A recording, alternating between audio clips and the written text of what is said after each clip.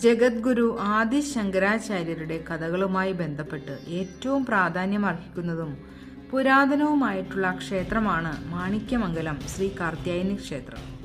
കാലടി ആദിശങ്കര ജന്മഭൂമി ക്ഷേത്രത്തിൽ നിന്ന് കുറച്ച് വടക്കു മാറിയിട്ടാണ് ഈ ക്ഷേത്രമുള്ളത്. പരശുരാമൻ പ്രതിഷ്ഠ നടത്തിയ 108 ദുർഗാലയങ്ങളിലൊന്ന്. ശ്രീകൃഷ്ണന്റെ സഹോദരിയായ മായാഭഗവതിയുടെ ഭാവമാണ് അമ്മയുടേത്. ആദിശങ്കരന്റെ പിതാവ് പൂജ കഴിച്ചിരുന്ന ക്ഷേത്രം കൂടിയാണിത്. ആദിശങ്കരൻ മഹാപണ്ഡിതനായി മാറാനുള്ള കാരണം ഈ ദേവിയുടെ അനുഗ്രഹം തന്നെയാണ്. അതുകൊണ്ട് തന്നെ ഈ ക്ഷേത്രത്തിന് വലിയ പ്രാധാന്യവുമുണ്ട്.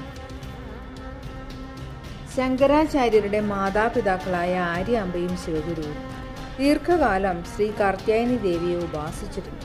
നിത്യേനയുള്ള ക്ഷേത്ര ദർശനത്തോടൊപ്പം പാല് നിവേദ്യമായി സമർപ്പിച്ച് ഒരു ഭാഗം പ്രസാദമായി സ്വീകരിച്ചിരുന്നു. ഇവർക്ക് ക്ഷേത്ര ദർശനത്തിന് എത്തിച്ചേരാൻ കഴിയാതിരുന്ന ഒരു ദിവസം ബാലനായ ശങ്കരനെ ക്ഷേത്രത്തിലേക്ക് പാലുമായി അയച്ചു. കുട്ടി ക്ഷേത്രത്തിലെത്തിയപ്പോൾ ക്ഷേത്രനട അടച്ചിരുന്നു. പാല് നിവേദിക്കാൻ കഴിയാതിരുന്ന സങ്കടത്താൽ ശങ്കരൻ കരയാൻ തുടങ്ങി.